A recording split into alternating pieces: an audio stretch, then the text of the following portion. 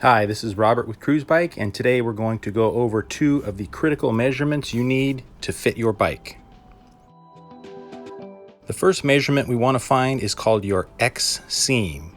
This is the distance basically from the back of your hips to the bottom of your feet. We measure it on the seat from the top of the curve of the seat to the top of the pedal.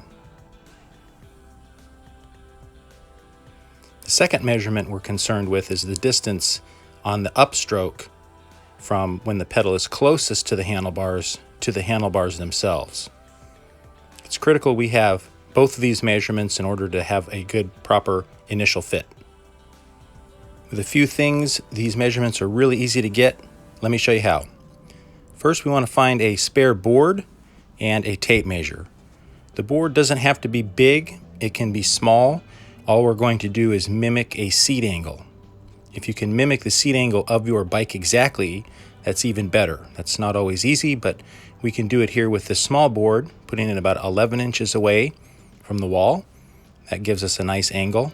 We'll also need a box or something you can push on with your feet.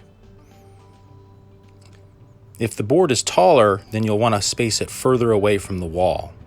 You just want to have a nice seat angle, mimicking a seat angle here, so you can have a good initial measurement. Every bike's going to be slightly different, but this gets us in the ballpark. We want to do this without our shoes on. We're going to have a seat,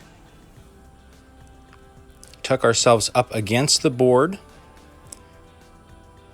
and then with our feet flat at a 90-degree angle, we're going to push the board out until our legs are fully down, and then we're going to lay back on the board, making sure our legs are not hyperextended but nice and flat. Once we've done that, we can measure the distance from the bottom of the board to the edge of the box, and that gives us our X seam measurement. The other measurement we're concerned with is the upstroke. So here we have the distance from the pedal to the handlebar. This measurement we're going to have, and then we're going to add some, and you can see that in our other fit videos. But in order to get this measurement, you want to have your shoes on, preferably shoes you might be riding with if you ride with the same shoes all the time.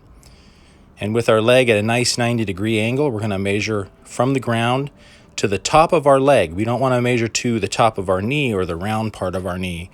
We want to go to the top of our leg, and that's our upstroke measurement. Now on the bike, that transfers to the upstroke measurement plus 2 to 3 inches of room from that to the handlebar. That gives you a nice amount of leg room for turning. And that's how you get those 2 measurements. Ultimately, your fit might be slightly different from the measurements you get initially. That's all part of the process of fitting your bike to make it absolutely perfect for you. Thanks for watching and have a great ride.